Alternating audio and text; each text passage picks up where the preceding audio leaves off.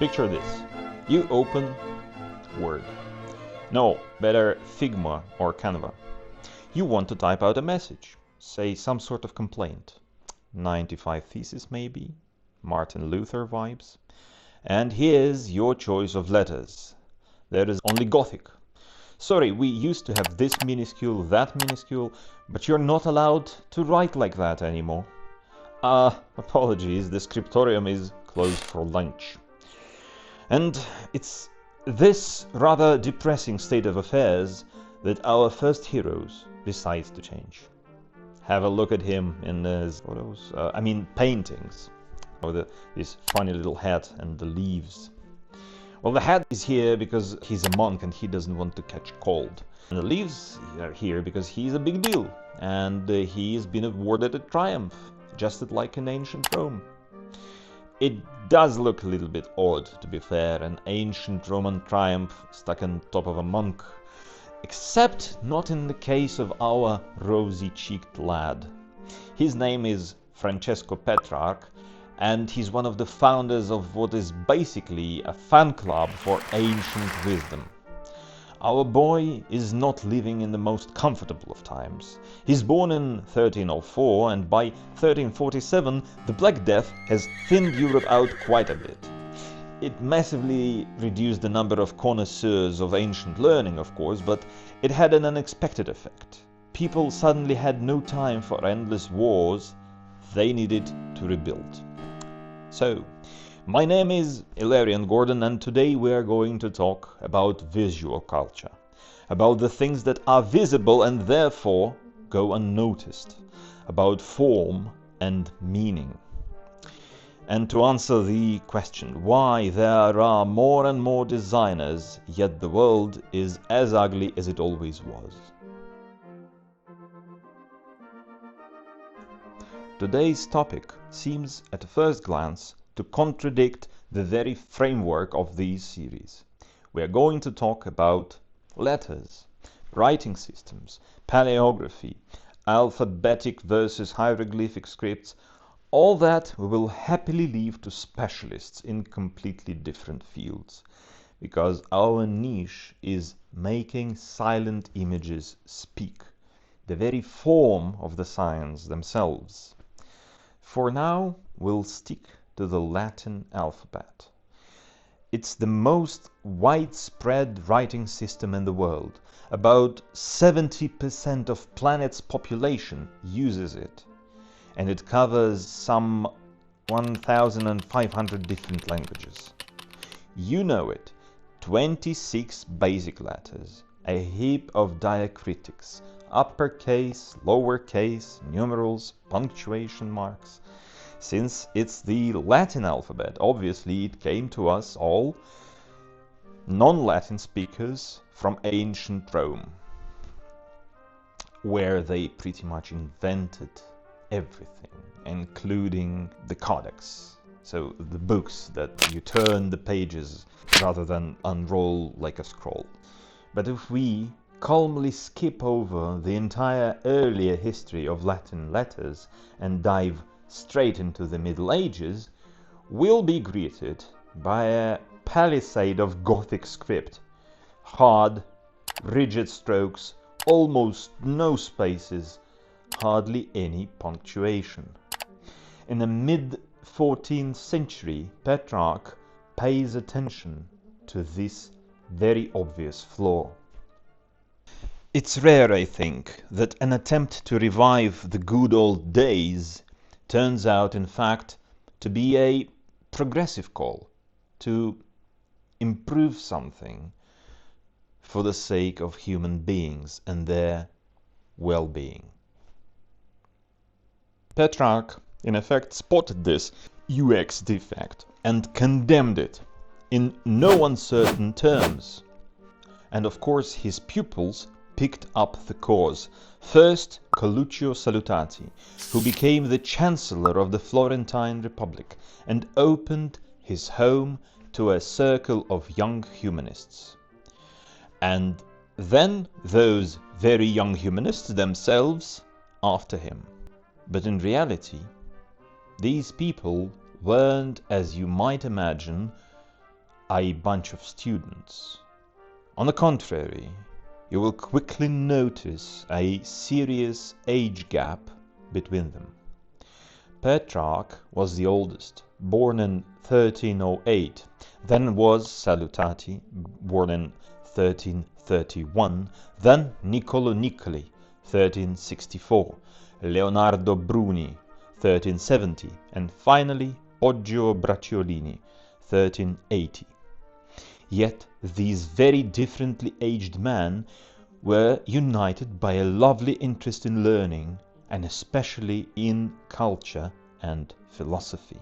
And they, well, naturally it was Salutati who did this, summoned from Byzantium one Manuel Chrysoloras, who spent 3 years teaching them Greek and Greek literature, by their own account, for the first time in 700 years, on this Italian boot. For our purposes, we are really only interested in 3, maybe 4 of this circle. The insufferable Niccolo Niccoli, the pedantic Leonardo Bruni, and finally our lad Poggio Bracciolini. They are, of course, very different, quite apart from the age gap. So, as not to get lost in who's who, let's put it this way. Salutati is like Master Splinter, and the other 3 are the Ninja Turtles. And Petrarch is, he's also a master. Let's say Master Uguay, because he is A, wise, and B, already dead by the time it all kicks off. Right then. Very short synopsis of what's going on. Very short. Haha. You can see there is still God knows how much left to watch, and it's a long video. I'll try to make it more or less digestible for you, my easily distracted friends, or on the contrary, nice and drony for those of you who fall asleep to background babble. Let's start with something simple. 1380. Poggio Bracciolini is born. What matters for us in his youth? Well, mainly the fact that he studied Latin under Giovanni Malpagini, who just so happened to be Petrarch's personal secretary. What else is important is that Malpagini's handwriting. He wrote in a script known as semi-Gothic or Rotunda. Petrarch, by the way, said of him that he did not write, and I quote, with the wandering, luxuriant letter, the sort practiced by the scribes, or rather by the painters, he hated them, of our own time, which delights the eye at distance, but close to wearies it and irritates it. And though it has been invented for anything rather than reading, but in another script, restrained, clear, that offers itself of its own accord to the eyes, in which you could say nothing in the way of orthography, nothing at all from the art of grammar, is omitted. Okay, in other words, in the matter of bookmaking, Petrarch was firmly on the side of a minimalism, legibility, and the transmission of knowledge. And he condemned mindless copying and heaps of pretty pictures in the margin. Here's, by the way, Petrarch's handwriting, and here's Malpagini's. You can see where this all is heading. But back to Poggio. In the late 1390s, he joins Salutati's circle in Florence, where he meets his friends, his older comrade Niccolo Niccoli and Leonardo Bruni, who is a bit closer to him in age. Mind you, this all is still happening in Florence, and it's there, precisely there, that is the true Renaissance is born. Then, in 1404, Bracciolini arrives in Rome and becomes a scribe in the papal chancery. This is a secular post, by the way. He was never a monk. A year later, in 1405, Poggio summons to Rome his friend Leonardo Bruni from Salutati's circle. Proper little tender is organized for him, for the post of the papal scribe. Pope Innocent VII thinks Bruni is a bit green and decides to compare him with another candidate, whose name is Jacopo de Angelo, who was a bit older and he had already been around the Curia for like 4 years. Both men were to compose a reply, like sort of a letter, to the Duke of Berry on the subject of Western schism. And as a matter of fact, Bruni, rather surprisingly, wins this competition, for which he got a job. He received the post of the Scriptor Apostolicus. Well done, Bruni, I guess. I'll add here that Bruni also had the same cool new hand. All the fledglings of the Salutatis nest he wrote rather beautifully. We have to keep this in mind. We're already talking about handwriting. Then we hop off briefly to 1411 to see Bruni leave Rome and return to Florence, to become there, by the way, a chancellor of the Florentine Republic, as Coluccio Salutati before him. So what sort of a position is that? What's a chancellor? On one hand, it's an elected office, so it's not for like a nobleman, but it's not a chancellor in a like a kansler. It's not in a modern German sense. It's more like a head of civil service, chief secretary of chief notary, if you like. Nearly there. Hold tight. We're not going to follow these three blokes around through all the entirety of their lives. I won't be telling you how, for example, Niccolo Nicoli fell out with Leonardo Bruni at some point over his mistress who was a cook, or how Poggio quarreled once with a critic of Niccolo called Francesco Filelfo, calling him a stinking he-goat and urging him to, and I quote, pour out the filth of his belly upon those who adorn his brow with horns, rather than on Poggio's own respectable friends, obvious. That's for another time, maybe. We are going to focus on the one main thread, the spread of the handwriting of these remarkable polymaths, and the single greatest treasure hunt in the 15th century Europe. So, here we get our first beat of happy coincidence. In October 1414, Poggio arrives along with Pope John the 23rd in a city of Constance on the far side of the Alps, from Rome's perspective, I guess, in what is now southern Germany, almost Switzerland. For this important occasion, Poggio is, by the way, promoted to the rank of secretary to the Pope.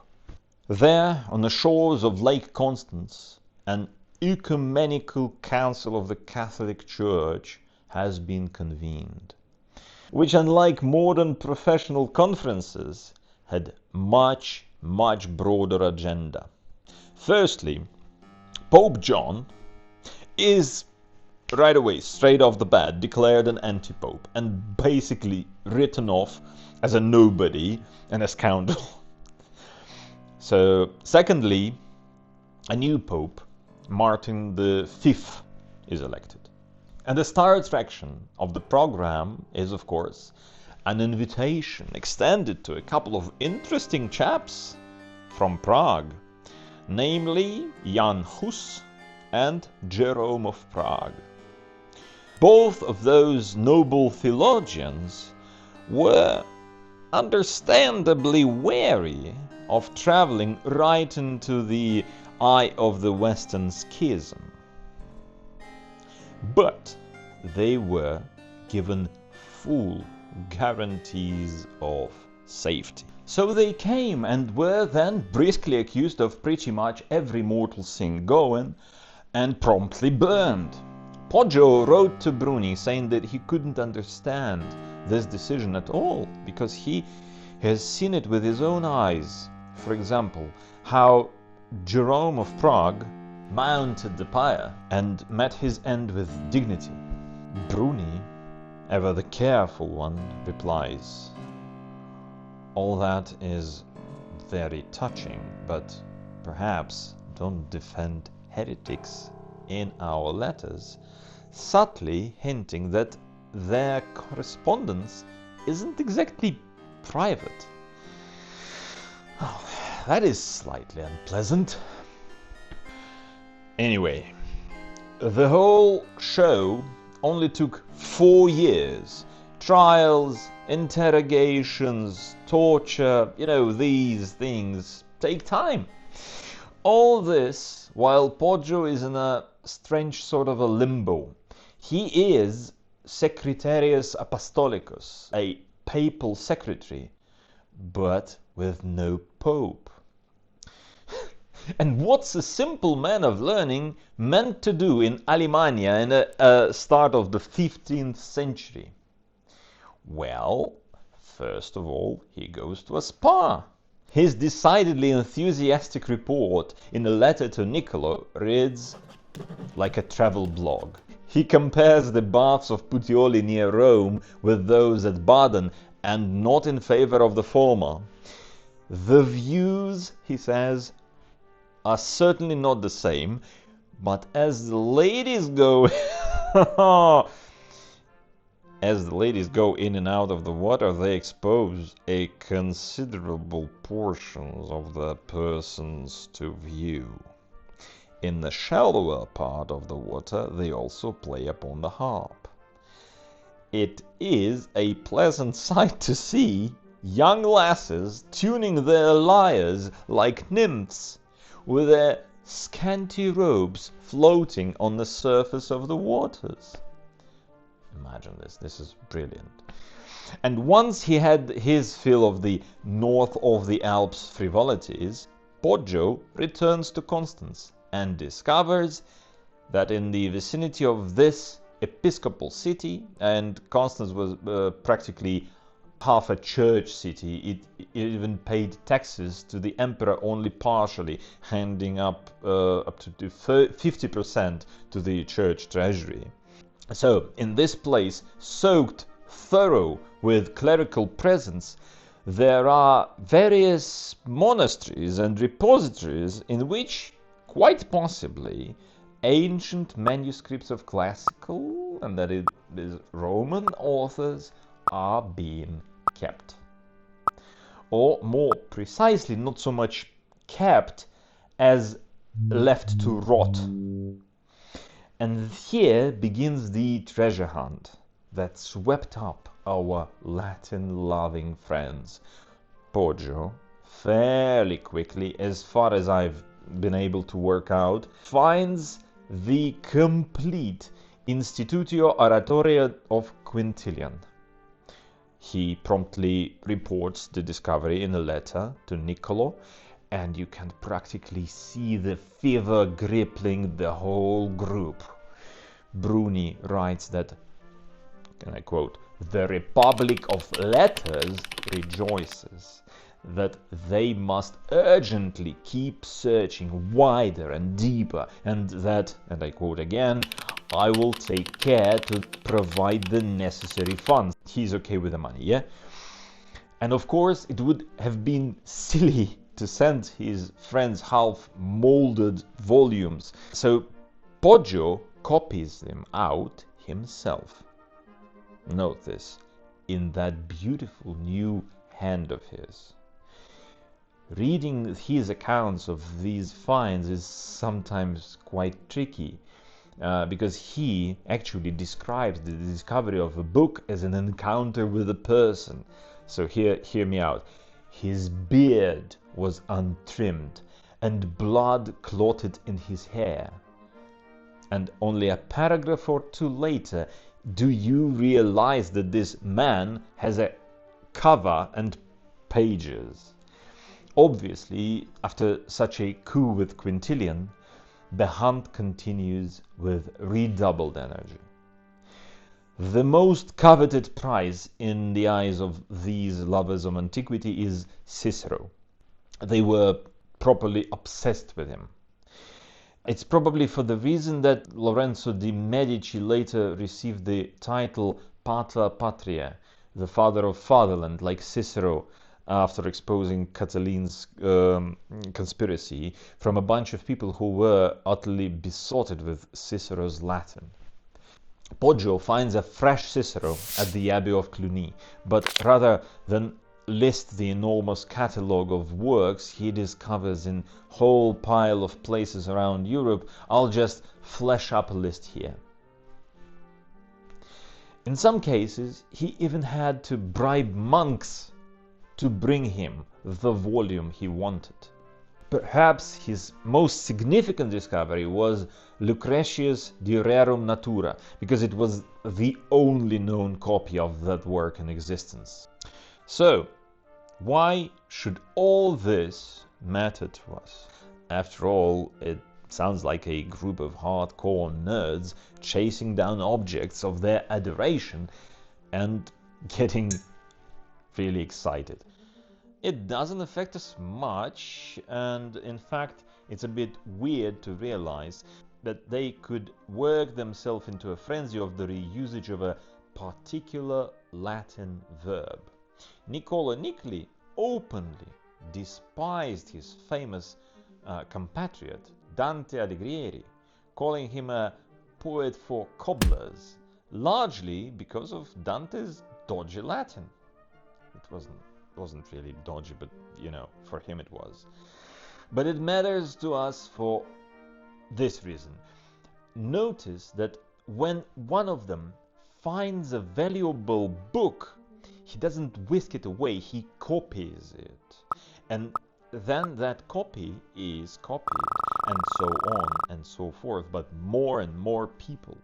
Poggio's original copy of Lucretius, for example, hasn't survived, but Niccolò Nicoli's copy of that copy has. And from it, at least 50 more were made, and all of those already look quite modern. Like this.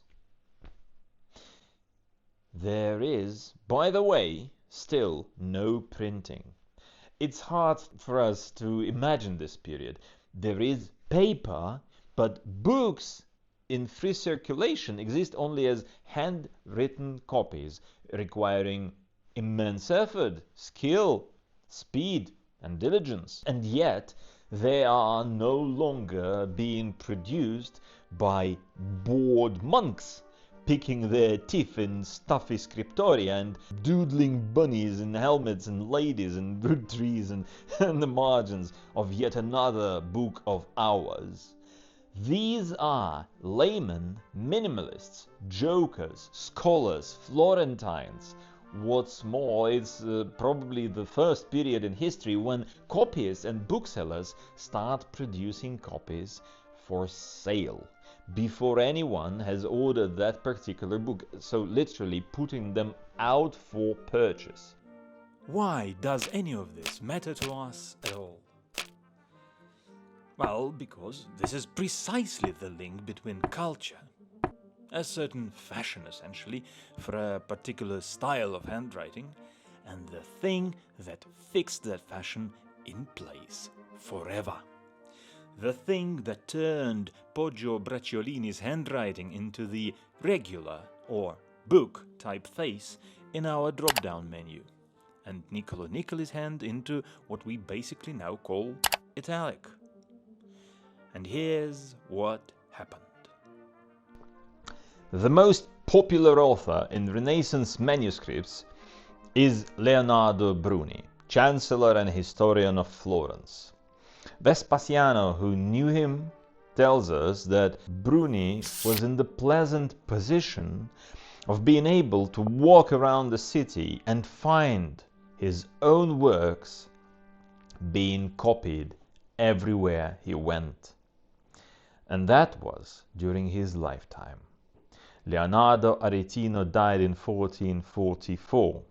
Just 6 years later, a certain Johannes Gutenberg in Mainz, Germany, borrows money for his new business, which we now know as printing. He prints his first books, the 36 and 42-line Bibles, in 1452 to 1455. I don't know about you, but I always assumed that life back then was fundamentally slower. Journeys were long, dull and dangerous. Inventions were rare. The plague mowed people down indiscriminately, and everyone believed all sorts of nonsense. Some of that may well be true, but what you absolutely cannot call people of that time is stupid or incurious. Printing takes off incredibly quickly, impressively quickly. It doesn't come out of nowhere either. We can't say like printing appears from nothing, because from the early 15th century woodblock printing, that basically applied relief engraving, was already widespread in Europe. But then along comes Johannes with his movable metal type, and his method falls on exceptionally fertile ground. Which brings us to the new heroes of our story. In 1462, political unrest breaks out in Gutenberg's hometown of Mainz, from which, it seems, we can only infer this now, two worthy clerics escape southwards towards Rome. The names Arnold Barnards and Conrad Sweynheim. We don't actually know that much about them, but Barnards was probably from Prague, and Sweynheim from Eltville am Rhein, not far from, surprise, surprise, Mainz. He had, by all appearances, worked with Gutenberg on his invention. Once in Italy, they settle in the monastery of Santa Scholastica in Subiaco, and establish a printing press there under the wing of Cardinal Giovanni Turrecremata. Not only they create the first printing press in Italy, but their letters are not Gothic, like Gutenberg's. As it was customary in Italy, they are half Roman. And how else? The rules here aren't clearly the same as in Mainz, and we've just spent 20 minutes discussing. This is, in a sense, a historical turn towards, like let's put it heavily in quotation marks, normal-looking letters. Incidentally, they also create the first printed Greek typeface, simply because they needed to print Lactantius. It's telling that they chose to print not a book of hours, but a Roman Christian theologian. This is the spirit of the age. Like Gutenberg, however, they do not have a happy financial ending. Having printed 12,475 books by at least 16 authors, and not including the Bible, of course, in editions of 275 to 300 copies, they still fail to sell them all for any real profit. Kind of a mid-15th century dot-com crash. Later, separately, they moved to Rome, where they print for Pope Sixtus IV. Better, admittingly, than Gutenberg's debtor's prison, but still not a brilliant business.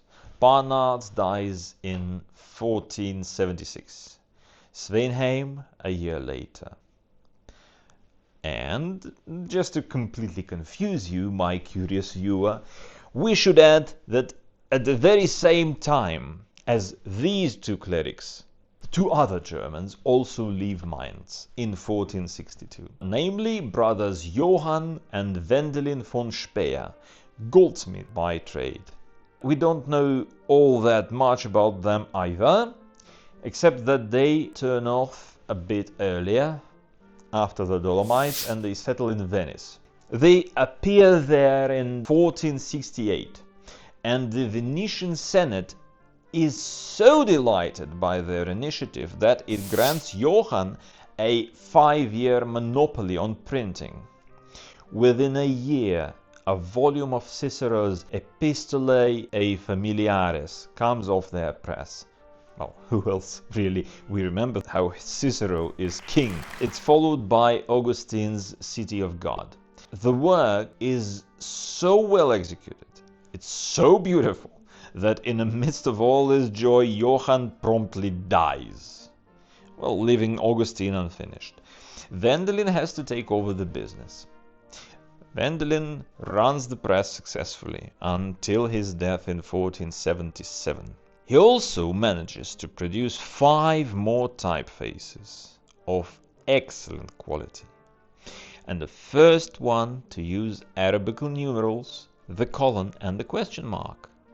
And then, right at the end of our tale, we must mention Nicolas Janson, aka Nicolas Jenson, a Parisian and royal monnier from King Charles VII of France.